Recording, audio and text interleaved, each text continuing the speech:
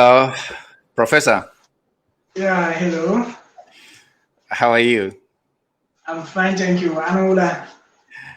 Nah, Am I taram bubohura. Nah. Paano nagising niya wala?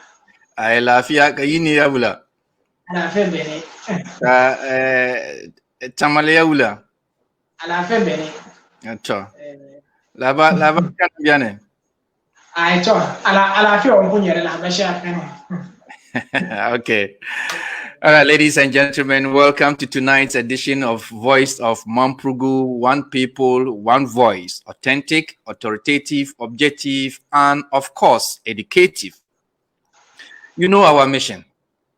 We want to promote Mamprugu Kingdom across the world and unity with purpose among Mamprusis and the paramountcy in the Mamprugu Kingdom. But most important, to defend and protect the sanctity of the high office of the Nigeria, our king. Our vision is to bring about consciousness among ourselves, Mamprusis, towards attaining economic, political, educational, and historical advancement, of course, social. Ladies and gentlemen, our professor is in, but before I officially welcome him, let me share with you this breaking news.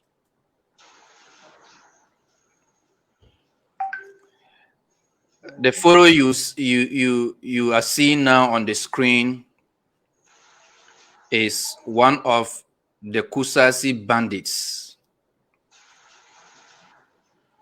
He's one of the Kusasi bandits. The good news is that he has been arrested early this afternoon. He is a Kusasi arm dealer, and he was arrested by the police in Boku today at the highways where the Kusasi have created their segregated market and where they do their armed robbery, stop vehicles, search for Mamprusis to kill, and then rob innocent passengers. He is called Akakup Mumuni Salifu. He is around 37 or 38 years of age, and he is a teacher by profession. He teaches at the Buku Secondary Technical School, and it is believed that he is one of the residents in Sabungari. Ladies and gentlemen, he is a Kusasi, I repeat, and an armed dealer, and he has been arrested earlier today by the security agencies.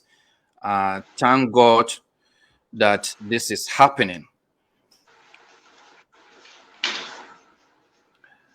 On this program, we, Voice of Mamprugu, want to appeal to the Kusasis on behalf of the good people of Boku, on behalf of Ghanaians, on behalf of the President of the Republic of Ghana. We want peace in Boku, Kusasis. We want peace in Boku. Stop the armed trafficking now. It will not help you. It will not take you anywhere.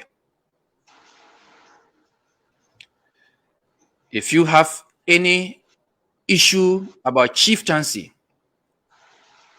go to the appropriate place and stop the armed robbery and stop the banditry in the name of chieftaincy.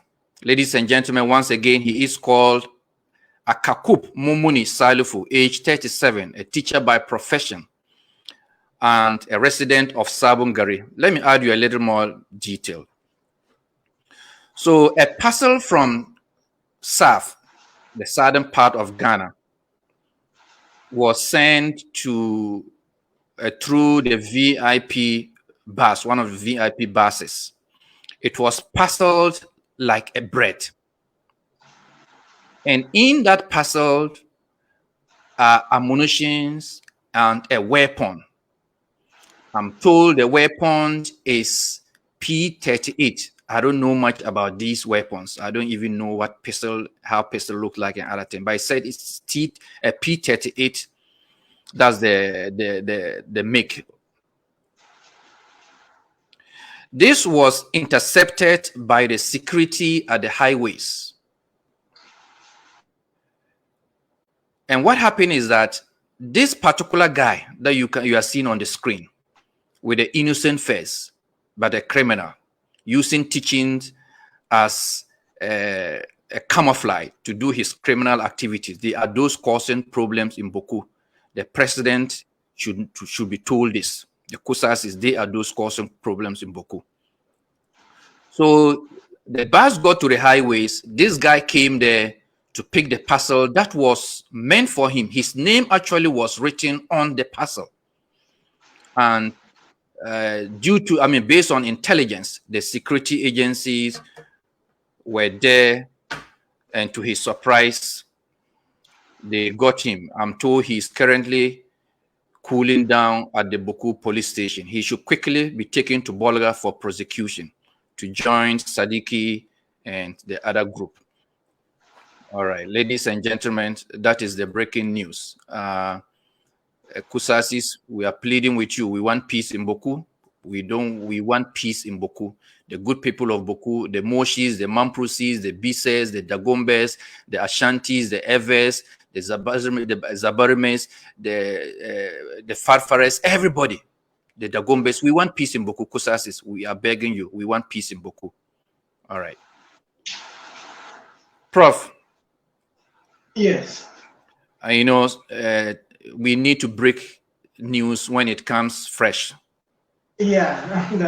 Sorry for taking your time. Please, the floor is yours. Okay. Thank you very much for having me on the Voice of Mampugu, the authoritative and premier voice of the Mampugu Kingdom. It's always an honor and privilege to be on this noble platform to share with our cherished viewers and followers my little knowledge about the Mampugu Kingdom and how we can collectively make the Mampugu Kingdom great again. And before I start, I'll clap at the palace of the king of the Mampugu Kingdom. I'll clap at the palace of Mba Sunaba, at the palace of Mba Urunaba, Mba Kurnaba, Mba Unaba, Mba Yunyurana, Mba Tibrana, Mba Bukuruna, Mba Napandurana, and to the Upper East region. I'll clap at the palaces of the sons, the proud sons of the Nairi in the Upper East region, formerly known as North Mampugu or North Mampusi. I'll clap at the palace of Mba Bunaba, clap at the palace of Mba Sakutinaba, Mba Nangonaba, Mba Tongrana, Mba Zuarungu Naba, Mba Bolganaba, and I'll clap at the palace of Mba Bokbangrana, as well as Mba Namolganab and Mba Degarana. I'll clap at these various palaces and come and give a special clapping at the palace of Mba Zuarungu Naba, Nabilia Malchenga. I'll clap at his palace. And all right, thank you. Good evening to all our cherished viewers and followers. All right, thank you so much, Prof. Let me make this point again before we go to the main topic. Ladies and gentlemen, tonight we're going to look at two subject areas. We're going to discuss the Zuarungu traditional area. Then after that, we'll also talk about the Bugum Festival. So we have quite a loaded day. But before we start, let me again show this criminal. I want the good people of Boku, those of you listening, whether you are a Mamprusi or not. I want Mamprugu to know, and I want Ghanaians to know. We, the Mamprusis, are moving forward. We are focused. We want peace. We are progressive. That is why we are talking about our history, talking about issues, talking about our identity. I wish the Kusasis and people like the gentleman you've seen on the screen, I wish they were also wise enough, intelligent enough, progressive enough to say that let's talk about our history. That's the Kusasis, their history.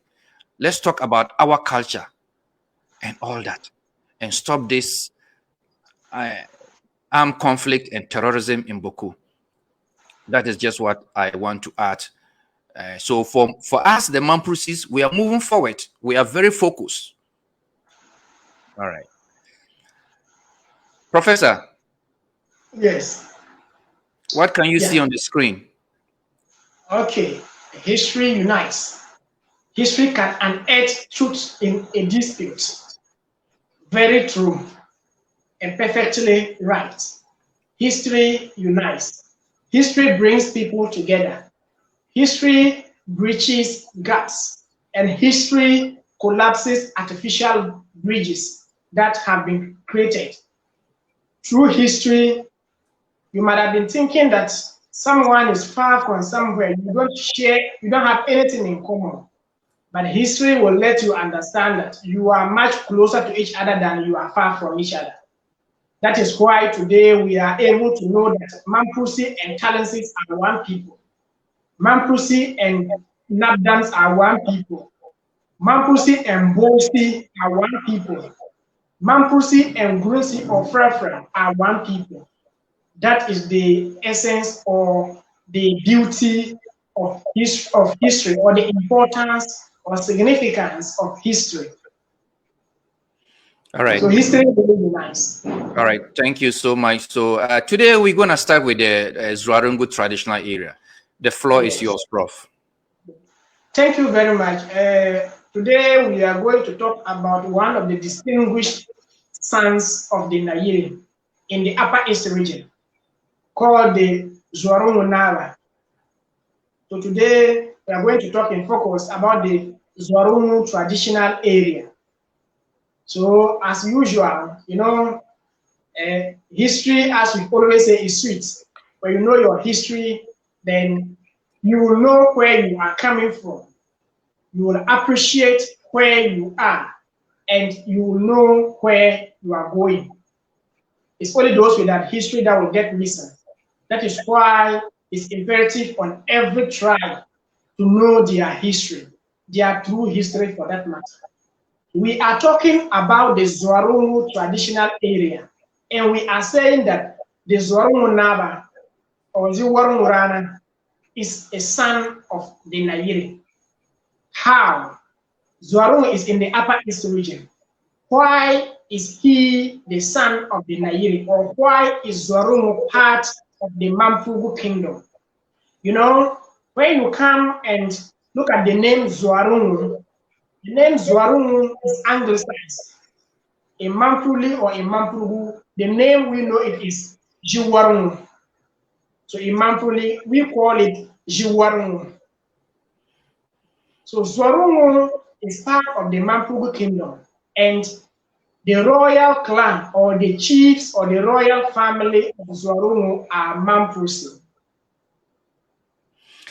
You know, this is how you start, and I keep asking questions.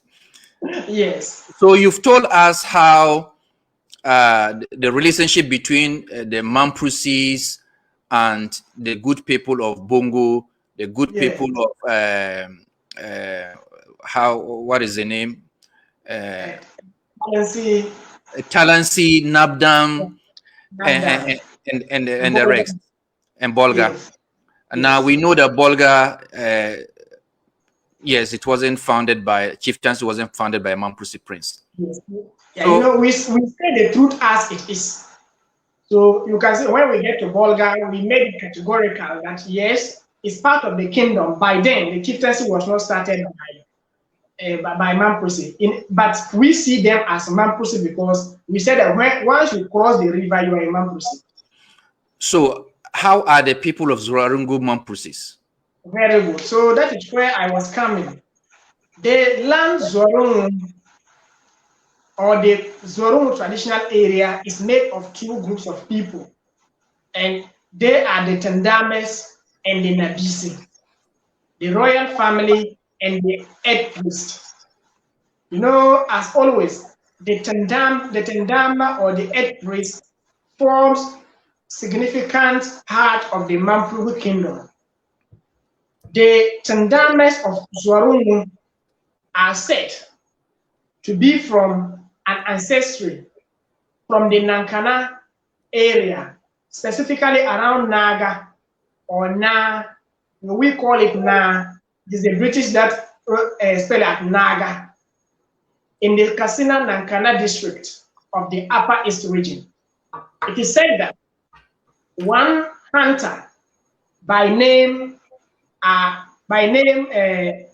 Animosi moved from Na or Naga in the Kassina Nankana district and went on a hunting expedition and got to the Zuarungu area. When he got there, he realized that the land there was very fertile for farming. So he decided to stay there. And he was a Nankana by extraction. And as usual of those days, he was able to unearth some shrines or some gods in that enclave. And he was worshiping these gods, or he was making sacrifices to these gods whilst staying there, and subsequently established his clan in that part of the kingdom. By then, a Mamprughu prince also left from Nalerugu on a hunting expedition and got to that area. And remember, I said the other time that when you hear a hunter in Mamprughu, it's synonymous to a warrior, because in Mamprughu, hunters are by default warriors. It's only a man who can exploit the forest. So before someone can be a hunter, definitely he's a man enough, so he's a warrior. So this prince, as we all know of Mampruse character or Mamprughu, the moment you get to realize that if you are to stay within the concentrated, royal clan, or if you are to stay in the traditional capital, you are not likely to create a lineage that will be remembered, or your lineage is likely to fade off. Because you know, when you light a torch and a bigger light come on, you know that the light of your torch will disappear. So in order for you not to live there and your generation will disappear, you will want to move elsewhere so that your generation can live on, so that your name will be remembered. So this hunter, we are told, got to this part of the kingdom and got into contact with the Tendames. When he got to them, already, they weren't interested in any chieftaincy. They were their Tendames minding their business. So he got there, just like I said the other day, wherever Mampruse goes, royalty flows. So he got there as a royal. He had a cordial relationship with the Tendames, and he subsequently married a daughter of the Tendana called Adenkia. He married a daughter of the Tendana called Adenkia, and they gave birth to a son. And this son was called Tempelga. So it is this son, Tempelga, that started the chieftaincy in that part of the kingdom. So Tempelga was now from two families, the Tendana, the mother being from the Tendana side, and the father from the royal clan. And you know, the Nadewa lineage will go by patrilineal. But because of what we said the other time when we were talking about the descendants of Nyalgari and Namshisheli, we made mention that Tendanaship or egg priest, it connects much with the maternal or matrilineal lineage than patrilineal. So when you marry a lady from the Tendana family, definitely the trace of it will follow your sons, even if you are royal. So it is not surprising that the son Timpelga, even though he started the chieftaincy, but he was now playing dual role. He was playing the role of the chief and the Tendana because of the mother's lineage to the Tendana family. So he was a sword of two sides. So that was how he came. That was how the Zuarungu paramountcy or the Zuarungu chieftaincy came into being. So Before it was this. Before you continue, just some clarity. Okay. So some people migrated from the is it Nankasi? Nankana. Sorry, my brothers and sisters. Yeah, my brothers and sisters, the Nankana people should forgive me. So a group of people. Yes. A group of people from Nankana migrated to Zuarungu, and yes, they found at the earth, what is it, shrine, gods, and they became the Tindanes. Yes. A Mamprusi hunter found his way to Zuarungu, and he married one of the daughters of the Tindana. Yes. And became a chief as time went by. And at the same time at Tindana. Yeah, so what happened was when he was born, so his grandfather or his grandfather who was in Tandana apportioned part of the area. We have Bio, Kombosu, Yerga BC, and Dulugu. So it was these areas that the grandfather gave to him to be taken care of or to be making sacrifices to the gods in this area because of his matrilineal lineage. So he was performing the rituals or sacrifices to the gods in these areas. But you know, because of the royal blood in him, definitely you can be sure that the chieftaincy will not be subdued. So at a point, so he became the first chief of part of the 4 areas that was left onto his care. That is Bio. So the entire chieftaincy started at a place that we call Bio, and his title was Biorana. So it was the Biorana, that was where the royalty all started. But you know, the arrival of the British had, in a way, affected the chieftaincy institution because of the indirect rule system. So they wanted a paramountcy or a chief that would be that all the communities would be under. And that was how subsequently the Zuarungu paramountcy, that he became the paramount chief of the entire area. But it started at a point, and you know, it's just like a light starting at a corner. At a point in time, it will lit the entire enclave. How many years ago that this happened? Yes, so the Mamprusi hunter, is it 200, 300, 400 years ago? Yeah, it's traced around, if we can, that's after Atabia. So, yeah, so that was after that era. Even though the name of the hunter is not given, but the son he bore, that name is established as Tempelga. And even the mother, Adinkia, the name too is established. That he married to Adinkia and they gave birth to Tempelga. Okay. Yeah. All right. So what else do you want to tell us about the traditional area? Yeah, so what I will say about the traditional area is that the paramount chief of Zuarungu is directly under the Nayiri. So the chief of Zuarungu is enskinned by the king of the Mampugu kingdom. That is why we call him the son of the Nayiri. And on display now is our father, the paramount chief of Zuarungu traditional area, Nava. He's our father is a police officer. Okay. Yeah, and he's still in active service. I'm told he's around the Bolo region. Yeah, that's where he's stationed. So he's a serving police officer. And just last year, Damba, 2021 Damba, he was at Nalerum. We celebrated the Damba with him at Nalerum. And he was enskinned in the year 2017 or 2018. Yeah, he was enskinned in 2018.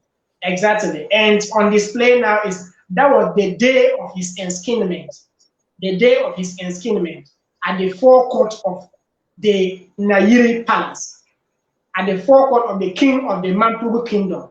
And just like we said when we're talking about the procedures of Nam Jisung, as you can see, he's seated, he is worn in white smock made of pure cotton, he's worn the red face or the red cap. So that was the day of his enskinment at Naleru. So he's a son of the Nayiri, and Zuarungu is part of the Mampugu kingdom. So All right. when you come and look at Zuarungu and Tongo, so they share a certain relation. And history always comes, sometimes it will come in two forms. But if you come and try to look at the two, then you see that definitely they will have similarities. Some says that the prince was that the prince moved from Tongo, or some argue that the prince was the son of Mosuri.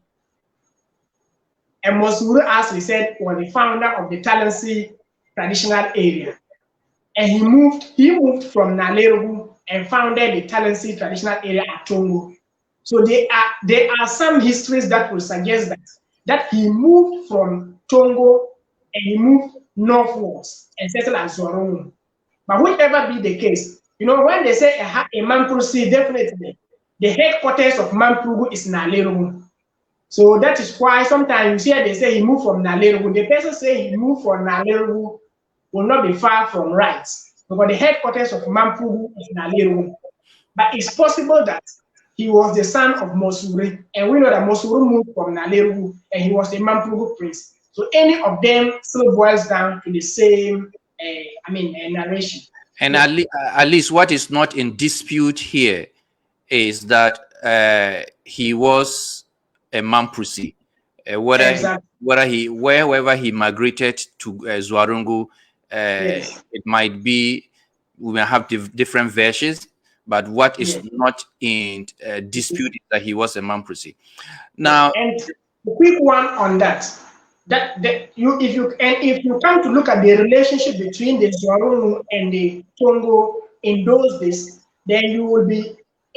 It suggests that really there was some kind of relation, because there was a time we are told that there was drought around Tongo.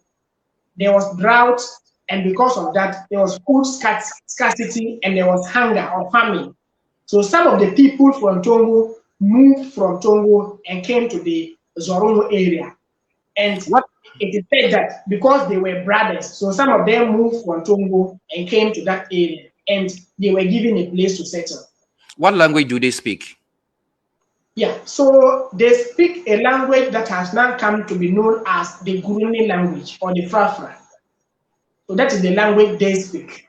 And when we're talking about Bolga the other time, we made mention of the Nankana people migrating from Yuya in Burkina Faso and some from another Yuya around the Nankana area. So these are people of same ancestry. So the Nankana, they all have the Nankana extraction. So if you come and look at Zuarungu and Bolga, the indigenous people, or the Tendames of these places have traces their ancestry to a common source.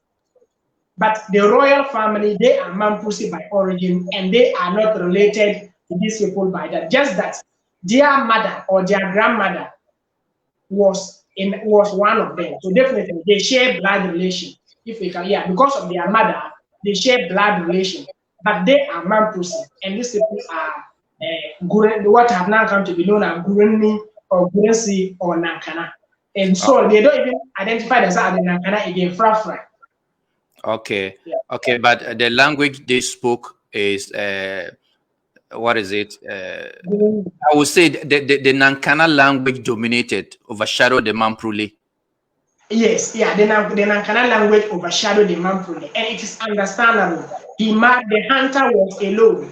He married the daughter of the Tandana, who is a Nankana.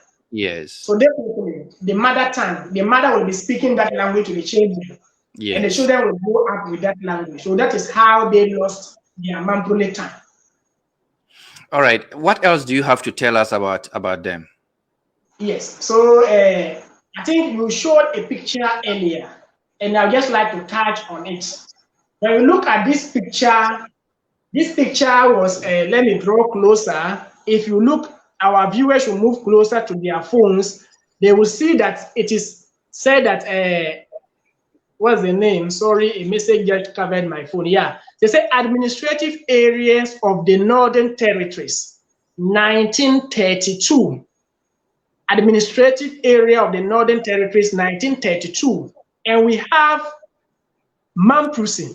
Yeah, Prof, you sit down. Prof, you sit down. I'll read. I'll show them the map. So the heading is administrative areas of Northern Territories, 1932. In other words, this map was drawn around that area, or this occurred around the 1930s. Now, on the map, to the extreme right, northward, to the extreme right, you have Mamprusi district. And under the Mamprusi district, you have Bolgatanga, you have Boku, and you have Gambaga. Then to the left, the extreme left, up north, you have Lora Tumu district. And in that Lora Tumu district, you have Tumu and Lora. Then down after Lora Tumu district, you have Wa district. Then next after Wa district, coming downwards, you have Gonja district. And under Gonja district, you have Daboya, you have Bole, Salaga, and Yeji, and so forth. Then, when you move from the Gonja district, shift to the right, and below the Mamprusi district, you have the Dagomba district, and you have Tamale there, you have Yendi, and another village that I can't see the name well. And then below the Dagomba district, you have the Krachi district. So as at 1932, when you come to northern Ghana, let me see, you have 1, 2, 3, 4, 5, 6 districts, Prof. And just a quick one. That below around Salaga, you can see Yeji is around that area, right? Yes. So, and you look at the map, look at the Dagomba district and the Mampusi district. So the Dagomba district is made of Nanung, that is Bimbila inclusive. So Bimbila was made to that. So looking at top there from Mampusi district to Dagomba district is one kingdom. That's the Najewa kingdom. So look at, and beneath this is what we have, where we have Yeji. So this is why the Nigerian always says that the boundary ends to the Tumu area. You will have the Sisala and the Wa. So all that part is part of the Dewa, the ancient or the ancient Najewa territory. So the Wa area is part of the Najewa territory. The Tumu area is part, plus the Dagomba and the Mampusi area. So that is why when they ask the Nigeria that, where is your boundary? He will say that It is the river we did not cross. But from the river, from here to Faransi, is for us. So Okay. this is what he means by that. And so those days, that was how the map was drawn. We have Mamprusi district, it was one. And along the line, it was divided into two. We had Mamprusi North and Mamprusi South, with Mamprusi North being the present-day Upper East region, and Mamprusi South being present-day Northeast region. So that was how it was. So it is not new, or let it not be like some people would think that it is only these days that these things are known. Right from even before the arrival of the British, Mampugu was one kingdom with the Upper East region, the paramountcy we dealt with in the days past. They were all part of the kingdom. And back to Zuarungu, when you come and look at Zuarungu, when the British arrived first, Zuarungu was the administrative capital. In fact, it was called the Zuarungu district. And it was made of Zuarungu, Navrongo, Bongo, Nangoli, Sakuti, all inclusive. So that area all was called the Zuarungu district. So Zuarungu Naba, if we come to take a look at he is eldest before when we come to Bolga. Okay. So that is how the traditional arrangement is done. And another important milestone in the Zuarungu was last year, 2018, somewhere August 2018. In fact, you know, when the British, after independence, we all know how Nkrumah interfered with the chieftaincy institution. Along the line, Zuarungu was brought under Bolga. So it was a main headache for the people of Zuarungu, because Zuarungu was brought under Bolga in 1963. So right from 1963 up to 2018, Zuarungu was under Bolga, and at the Upper East Regional House of Chiefs, it wasn't having, the Zuarungu now was not a paramount chief there. But thankfully, after the enskinment of this, our father, Nabilia Nlebretenga, where he was enskinned by the overlord, the king of Mampugu, the Nayiri Nabuhawa Abdullah Mani Sheria. When he was enskinned, the issue was taken up, and Zuarungu was given back. The paramount of Zuarungu was restored to it. So currently, as we speak, Zuarungu is now a paramountcy on its own, and it is a permanent. It has a permanent seat at the Upper East Regional House of Chiefs. All right, thank you so much, Prof. Let me love this our reigning Nigeria. In fact, he's rekindling a lot of things in Mampugu. We thank God for that. Now, Prof, let's wrap up with Zuarungu traditional area.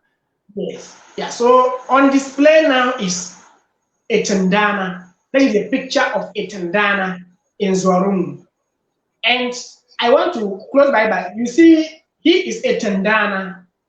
His main duty is to see to the day-to-day spiritual activities of the land. Tendana has no business with chieftaincy. So the Tendanas in Zuarungu and the Zuarungu Naba are living in harmony. There is nothing like friction between them. So we just want to conclude here by saying that yes, there are Tendanas and they are chiefs. The duties of a Tendana does not interfere with the duties of a chief. Same way the duties or the work of the chief does not also interfere with that of the Tendana. So together they are all seen to the day-to-day running of the paramountcy, and things are going on for development. That is the ultimate goal as we sit now. So there's nothing ongoing there. They are living peacefully. So there is no friction whatsoever between the chief and the Tendana. It has never happened in the Mampugu kingdom. There is nowhere in the kingdom you will go and see a Tendana and a chief having any kind of misunderstanding or any kind of friction. Yeah, that is just where I'd like to conclude. Yeah, and then I think this also brings us to the Bolga traditional area. You know, the history also tells us, just to emphasize on what you just said, we all know that the Bolga traditional area, or Bolga for particularly, was founded by the Tindanes before a Mamprusi prince got there. But even when a Mamprusi prince got there, the Tindanes, they recognize him as a chief. And even before the Mamprusi chief, a Moshi man was enskined as a chief by the Tindanes, because the Tindanes realized that this Moshi man, among us, this Moshi man has some relations with chieftaincy. He knows chieftaincy, and we can connect that to Nagbewa's daughter and all that. You're right. I mean, that is what in economics. Let me frighten you with some small economics. So that is why we have this this term, division of labor, right? The principle of division of labor. So Tindana, take care of, and what? Division of labor and specialization. I'm also an economics student. Okay. Then I'm not gonna I'm not gonna bully you here. So division of labor and specialization. So basically, the principle of division of labor tells you that if you are a Tindana, be a Tindana. If you're a chief, be a chief. The specialization then comes in. Specialize in whatever you are doing. Specialize in communicating to the gods. Specialize in communicating to the spirit. And let me be my chief. I also specialize in doing my royal activities and then all those kind. And life is peaceful. You understand? Yes. So it's only opposite people who will do opposite thing. You see a Tindana want to be a chief. Of course, this is an opposite thing. All right, ladies and gentlemen, let me show you. I have the honor to have the photo of, since we talk about Bolga. Wow, beautiful. Yeah, so that is our father on display. The Bolga Naba na Nongbure na Abeka Nongbure Maltenga. That is him seated in stage. The picture on top, you can see him seated in stage. It was a function with his elders. That is why you see him seated on a chair. Other than that, royalty, he would have been sitting on the royal pillows. But this one was a function. And the down one, as you can see, he's wearing what we call a jumper. And the other day we're talking about bongo. You saw the bongo Naba wearing it. And I was saying that all the paramount chiefs, they wear it in the absence, they wear it only in the absence of their father. They wear it in the absence of the Nairi. When the Nairi is there, they don't wear it. So when they are at national areas, they become the overlord and they wear it. So I just a quick one on the Zuarungu. Traditionally or culturally, they have a festival called Ndakoya Festival. Ndakoya Festival, and it is celebrated to mark the harvest season. And yes, the year the reigning Zuarungu was skinned, the celebration was a grand festival. In fact, the celebration was very great, and he invited his father to come and be the special guest of honor, the Nairi. He invited the Nairi for that festival, and the Nairi was in Zuarungu for that festival. I wanted to ask you whether the Nairi attended. Yeah, he attended. He was there. You needed to. It was in fact, by then I saw the picture later on, and I wish I was there. Yeah, you needed to see it. Very lovely. And the Nairi went with his sons, his other sons, the other sons in the Northeast region. He went with them. They accompanied him, and in fact, from Bolga to Zuarungu, you need to see the convoy with the Nairi in the car with the umbrella on top. You will marvel. It was very interesting. I can't wait. I can't wait to see the Nairi in Boku. Inshallah. All right, Prof. Talking about culture. Yeah. In a few days, we'll be celebrating the Damba Festival. Yeah. Let me play this video. Bugum or Damba? Oh, sorry, Bugum Festival. Okay. In a few days' time, we'll be celebrating. I know the professor like, what is Bakutuma talking?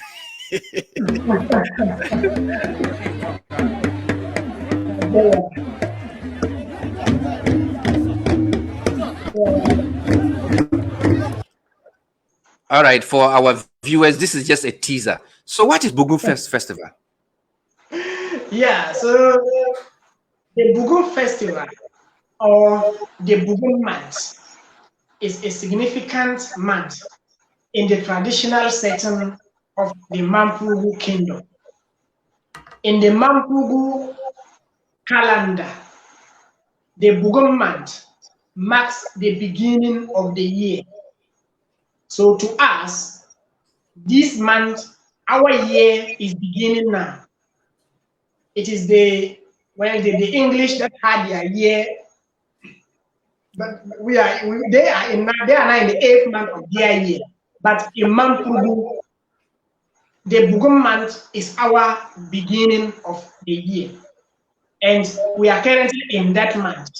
I've lost count of the days, but it's like we are somewhere 4 or 5 days the month. Yes. So this month is very important in the tradition of the Mampuru Kingdom, just like I said, because it marks the beginning of the year. And we have a festival we celebrate to commemorate this important, to usher us into the year. So that is why we celebrate the Bugum Festival. And the Bugum Festival, or what has come to be known as the Fire Festival, is celebrated on the 9th day of the Bugum month. And the Bugum month in the Arabic calendar is what they call the month of Muharram. Muharram. That is in the Arabic calendar. And in Mampruli, we call it Bugum Gwari. Bugum Gwari. Or Fire Bugum month. So this festival is celebrated on the 9th day. And the history beneath this festival is said that the king, the Nairi, had a pampered son or a beloved son. And this son went out with his colleagues to play on the 9th day of this month. So he went out with his colleagues to play, and they were playing. Along the line, he fell asleep under a big tree. And in the evening, when the children were coming home, they forgot of him and get home. And no one remembered of him. And because he was the beloved son of the king, he always spent time with the king. So the mother was of the view that the mother thought he was with the father. And the father also thought he was with the mother. So it was now time for bed. And the mother went to the king to pick the son so that he would put him to bed. When he got to the king and asked of the son, the king said, I thought he's with you. She also said, I thought he's with you. He hasn't been with me since in the evening. So immediately, the king announced, you can't find your son. So they went through the community and they couldn't find his son. So the king called on his warriors to go out in search of the son. By then, the children he went out to play with, they forgot. They forgot that they went out with him. So it didn't also occur to them that he might have slept where they were playing.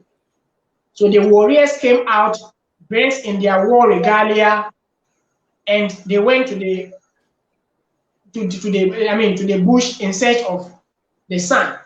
So as they were going about searching for the son, they went out playing what we call jem. Jem in Mampruli or in the Mampuru Kingdom means that it is the drumming of war. So when they say they are playing jem, it means that they are playing the drumming of war. It is only when the kingdom is going to war that they play that kind of that sound. So the drummers have that special sound, and it's played during war times to energize the warriors and for their spirit to come so that they will go and fight and defend the kingdom. So they were playing this game as they went out. When they went out, they were searching for the son, and till they got to, some of the warriors got to the tree, and saw him sleeping under the tree. And even not even the sound of the drumming could wake him up. So they tapped him and picked him up. And that was when he then woke up. And out of excitement, they threw the end.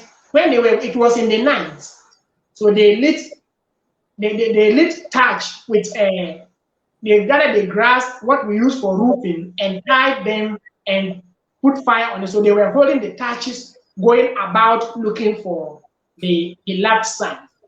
So when they got to the tree and saw him under the tree and picked him up, then they said that this tree is an evil tree. But it's only an evil person or an evil spirit that will do this to the king. It means that the tree didn't mean well for the royal family. So therefore, in order to shame it, they threw the touches at the tree. That the tree has been shamed. It wanted to kidnap the son, the beloved son of the king. It wanted to put some kind of sadness in the heart of the king, but it has been defeated.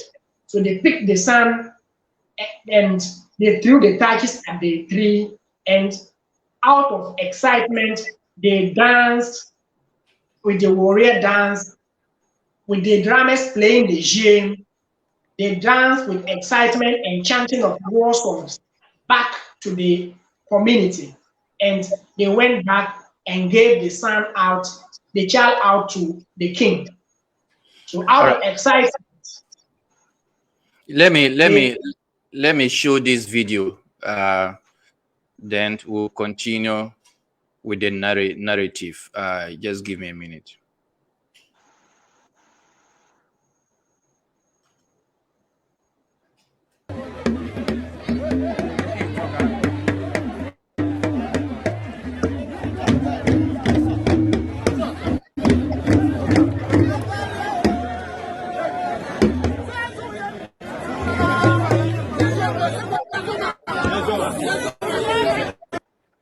Can you just explain to us what happened? Yes. So yeah. So I think let's complete the video. Okay. He's going to throw the touch. So let's watch what happens. They're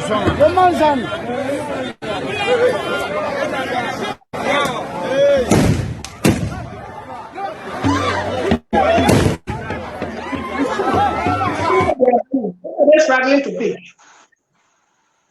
All right. Yes. So. Yeah.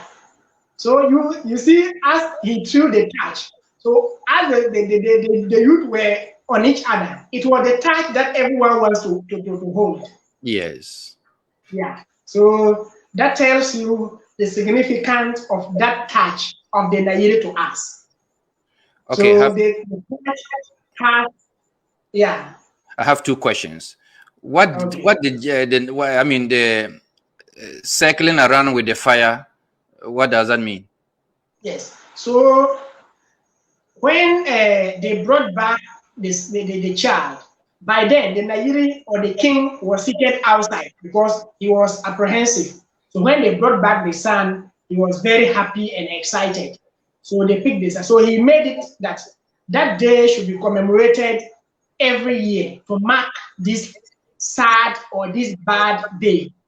So when you are there, circling the touch around the head, to be saying "Yumdioye, Yumdioye." Now, Bumtunu Yumnotabu. Now, Takantu Yumne. So they are told that the year is a bad one. So may the gods should not let us witness this kind of a day again. So that okay. is, so you use it around the head 3 times. And you know, in Mampuli, in the Mampugu tradition, male always go to tree. So you go around the head for 3 times and he will throw it out. And when he throws it out, then the warriors will fire guns. They will fire the musketry. And I believe we heard it. They will fire the musketry, and then everybody will now go about and lit his touch. And then the celebration goes on. So as they are going, the king will not enter. He will go back and sit at the entrance of the palace. There is always a platform there. And in the various paramourses, there's always a platform or a stone by the entrance of the palace, that is by the hall. So the king or the chief, if it is a paramourse, will go and sit there. After he lit his torch, he will start it. Sorry, and when he throws his own away, and the entire kingdom or the entire chiefdom, no one light the torch before the chief. So it is always the chief that will light his torch first. After that, he will throw his own and go and sit down, and then the youth will now continue. It is said that those days they will lead the torch and move till they get to the evil tree, and they will throw the torch at the evil tree. All and right. That's how it's commemorated. But now, what happens is that every community, the youth will celebrate to the outskirts of the community, and they will throw the torch there and go back. It is a taboo for you to get there and go back with the torch. So when we were kids, even if you are returning with the torch, an elder will give you a whip and you will throw it away. Then you shouldn't send the curse back to the house again. All right. Yeah. Let me interrupt. So we understood why the Nairi used a torch to circle around 3 times. Now, after that, he threw the torch and the crowd were rushing for it. What is the significance of why is it that everybody wants it? Yes, it's coming from the king. And okay. Anything from the king comes with blessings. Yesterday we were talking about ancestocentrism. Yes. He is the link between us, the living, and the dead. As we sit as Mamprugu, that is why I was saying the other day, the Nairi is a spirit. And he is the spirit that unites the kingdom. Okay, so let me play this video again. I mean another video.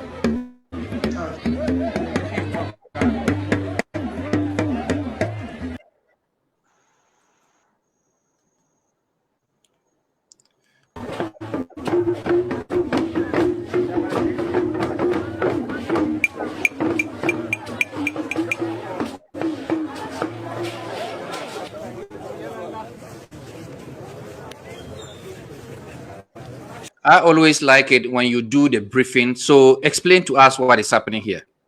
So now they are bringing him out to light his torch. Okay. So this is before the one we saw. So now that is the Nigeria coming out.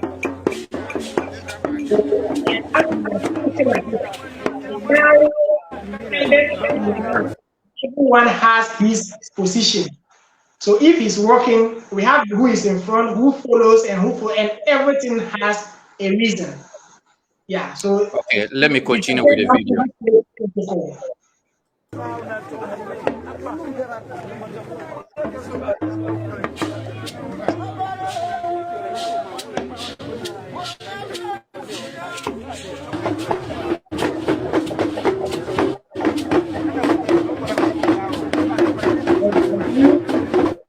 In the night,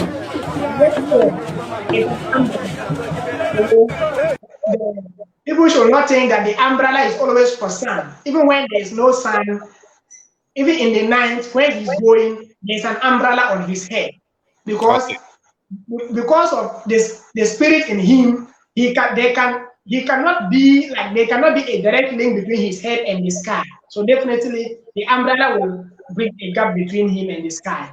Okay, all right. Let me continue with this and then let's see what happens.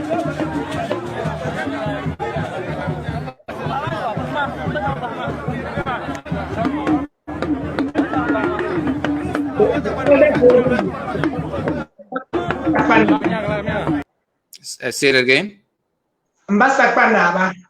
Yes.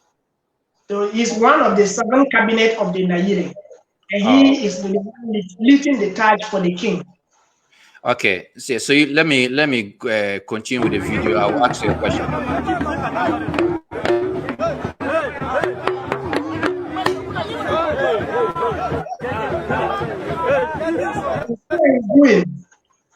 You see what he's doing? Yes. So as he's doing that, he's making incantations. It is not just for fun. Yes. He's making incantations as he does that before he now raises it to go around his head. Okay, so from the two videos, what happens on the Bugun Festival is that the king and his elders, of course, the elders, they will meet as usual wherever they meet inside the palace to usher out. No, you don't usher. Is it you usher out or you usher in? To bring out, to bring out the chief, the king out of the palace. Yes. And you say the elders, they have their position, those in front, those on the left side, those on the right side, those at the back. They come, an elder, you've already told us. I'm trying to wrap up. So it lights the touch and then give it to the king. The king say his words and then use the touch over his head 3 times in a circle and then throw it to whatever direction that he chooses. The youth rush for it, and the reason is that the blessing that comes from the king, everybody's eager to be the one to catch the touch that the king used. After that, the celebration goes on and on. Now, let's look at it. What is the benefit of Bugun to modern day Mamprugu? But before that, I think this important question: do we have an idea when this happened? Was it during Tusugu's time, during Nakolga's time? What time? Atabia's time? Yes. So if you come to look at it, among the Moli Dagbani group of people or the Gewazulea, you come to Mamprugu, the story is the same. You will go to Dagbon, the story is the same. You will go to Nanung, the story is the same. So when we come to history, then we will come to the understanding that it might have happened before the split of these tripartite kingdoms. Because the Dagombes have same story, Mampusi have same story, and Nanumbes also have same story, and we all celebrate it. So that this is to tell us that probably it might have happened around Nadewa era, or maybe Nadewa's father or his grandfather, but the particular chief or king is not well established. However, history sometimes always comes in two folds, and for the benefit and for time's sake, I'm not sure we can digest it. Yes, I sometimes when I ask you these questions, I don't want you to go into details. Yeah, but I'm just coming to the significance of the day. Yes. In the morning till the night, it is marked with a lot of sacrifices. The king will make sacrifices to the gods and to the ancestors. Every Tandana will make sacrifices to the gods. In fact, it is the Tandana that makes sacrifices to the gods. The king only makes sacrifices to the ancestors. So the Tandanas will make sacrifices. The king will make sacrifices. Every landlord will make sacrifices to the household ancestors. And in the evening, every household, no matter even if you don't have that day, is a must for every household to prepare tizet. So Okay. after killing the fowls, then they will use it to prepare tizet, and every household will eat. So in that night, it's a festival, but that we don't eat fried rice in that night. All right. Okay. So you don't eat fried rice. And this is because tizet is what our ancestors is the food our ancestors knew. So if you prepare any food other than tizet, then the ancestors will not eat because they don't know fried rice. So you have to prepare tizet. So it's a must for every household to prepare tizet, because it is assumed, it is said that, or it is our belief as Mampusi that in that night all the ancestors will gather at the family house and eat the tizet with the meat. So when the food is served, in fact, a calabash is used to cut the tizet in and kept at a vantage place, and the ancestors will come and eat in that calabash. All right. All right. So, Prof, my last question. We've done 7 minutes after 1 hour. These days, I've been going beyond my 1 hour, so I want to get back to my 1 hour period. So you look at a Bugum festival, and now let me even bring in Damba. I know one day we may just have to discuss this as a main topic, but yes. Yeah, I don't know whether, you know, the Bugum, we are not done with it. So just a quick one. Let me wrap up. Can I use 2 minutes and wrap up? No, 1 minute. 1 minute. 1 minute. 1 okay, minute. Good. So after the youth goes out and get out the target at the outskirts of the community, they will come back, and by then the Nayiri is still seated on he's still seated outside on the platform. So they will come back, and the celebration is going to be supervised by the warriors. So the warriors will come out dressed in their war regalia with their guns and musketry and swords. So they will escort the youth to where the celebration will end, and they will bring the youth back and report. The warrior is coming back to report to the king that that everyone is safe.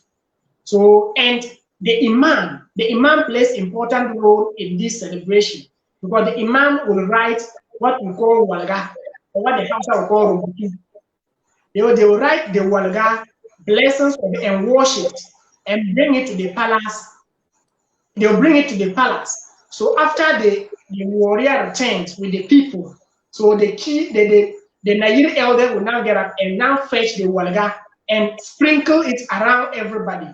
And this walga is written using Quranic verses, and those verses are said to be verses of protection against evil spirit, against any other thing.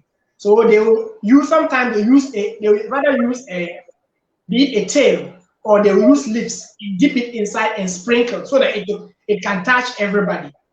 So that is what happened. After that, then the Nayiri will now go inside. And if it is any chiefdom, that chief will now go inside. And the following day in the morning, another important aspect of the festival is what we call Sabre Luargere. And this is done by the imam. In this case, in the Mamprugu kingdom, the chief imam of the Mamprugu kingdom is the Gambalu man. The imam of Gambaga is the chief imam of the Mamprugu kingdom. So a day after the festival, that the 10th day, he will come with the Islamic clerics, and they will do what we call Sabre Luargere Sabre.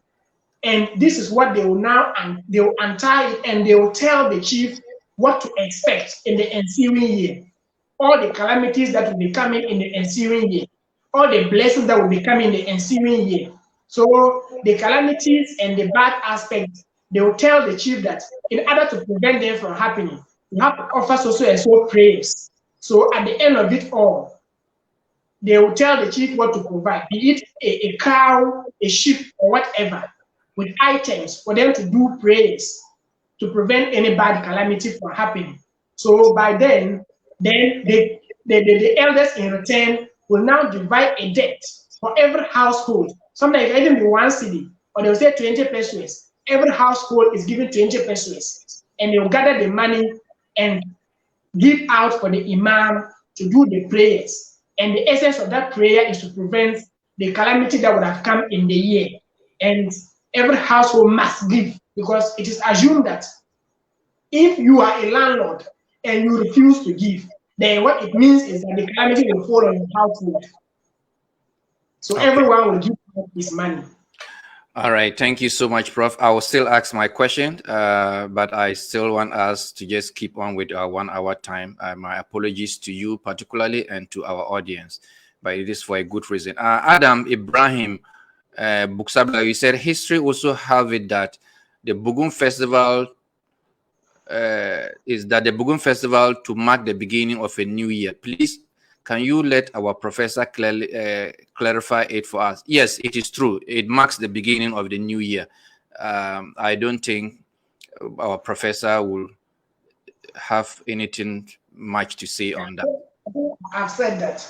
Exactly. Now, my question is, to me, this is very important. And as I said, we may just have to treat it as a topic, not necessarily Bugum.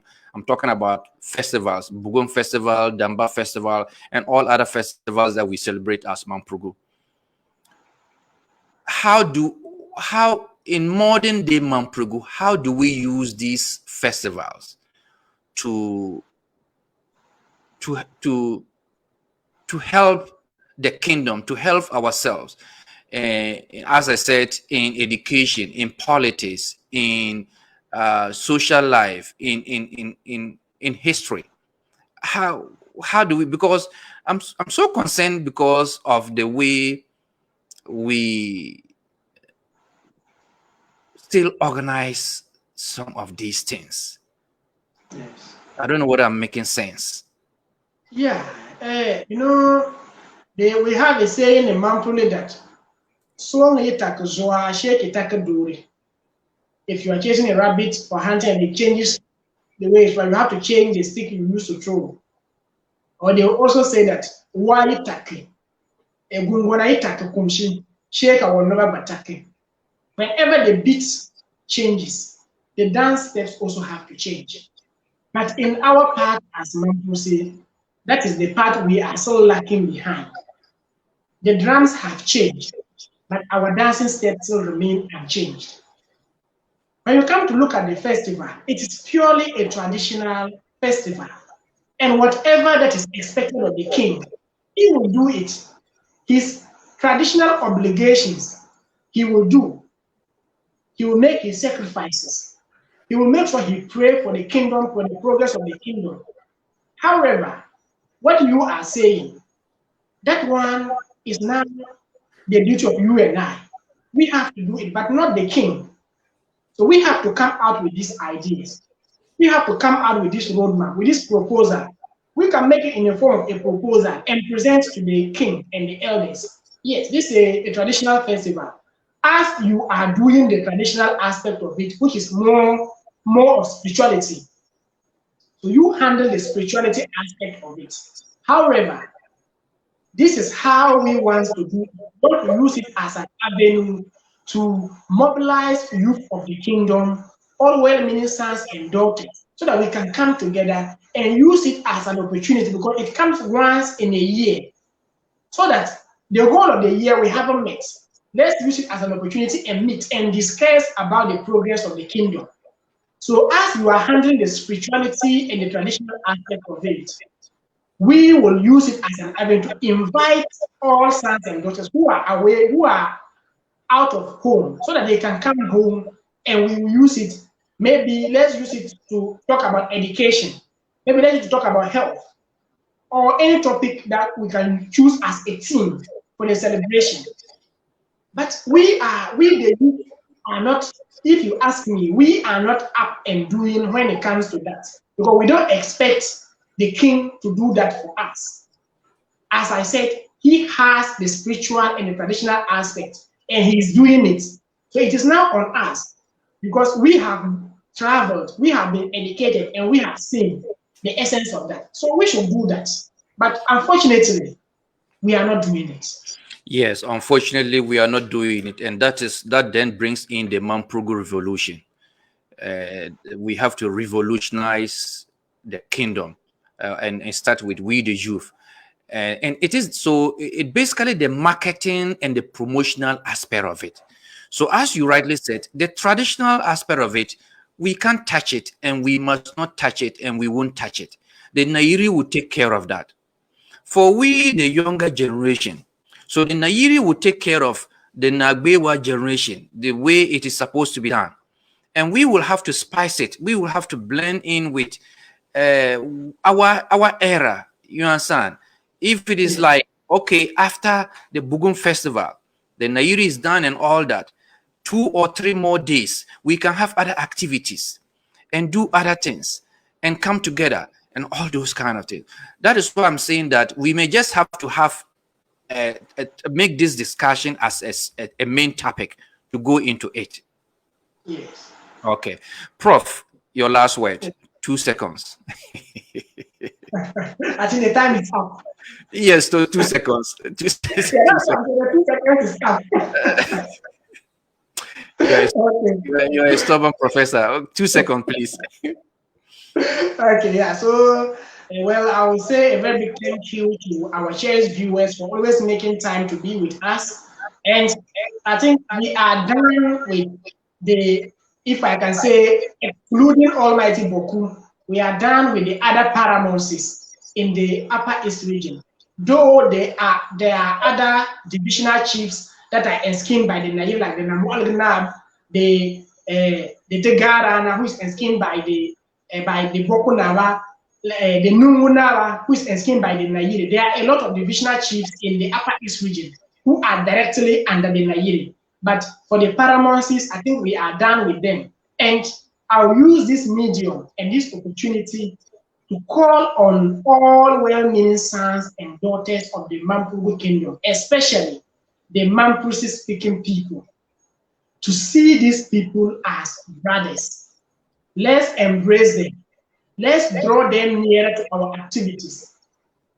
Just like you said, the Fire Festival, we could have used it as an avenue to invite them to come and celebrate with us. Because, as I said earlier, the other time we went to them, their main concern was that we don't engage them in our activities, and it is a source of worry to them. It's that we are excluding them.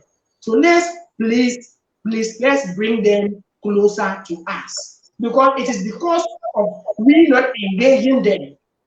That is why some people are polluting the minds of some of them, and they want to implant some kind of a hatred, if I can put it, between us. Little did they know that we have blood relationship. Yes, so, yes. Prof, how about, are we going to talk about Tongo or not? Tongo. Yes. Yeah, I think we did Tongo. That's the talency.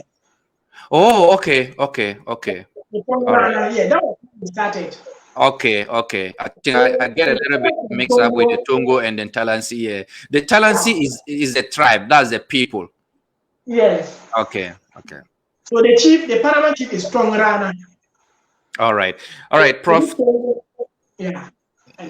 Yes, my sincere apologies. Thank you so much, Prof, for making that time. And I must say this: we truly appreciate you. Voice of Mampugu, we appreciate you. The people of Mampugu appreciate you. You are doing a lot. You're spending so much time, sleepless night, getting yourself, doing the research and all that. We truly appreciate you. I just want you to know that. Ladies and gentlemen, let me read. If time will permit, on the Fire Festival day, if time will permit, and we can have a brief program on that date, it will help. Because there are some aspects we couldn't tackle. So we can use that. Yes, so you just let me know which day it is so that I'll also make arrangement. I'll look at my time and make arrangements for that. Let me just read this important thing from Professor Program. Said, all the descendants of Nagbewa celebrate the Bugum festival. The Moshis people call it Zambende festival. In Bongo, it is called Azambeni festival. Zambiani. Okay. You know, Upper East, we add A. So Zambiani and the Zambiani festival. All right. Thank you so much, ladies and gentlemen. Tomorrow, we will not be on air. Voice of Mampugu will take a break, but in collaboration with Mampugu Kaya Netada. Yes. We will continue to provide you educative content about Mampugu Kingdom. Ladies and gentlemen, thank you so much and peace. Okay. Bye-bye. Bye.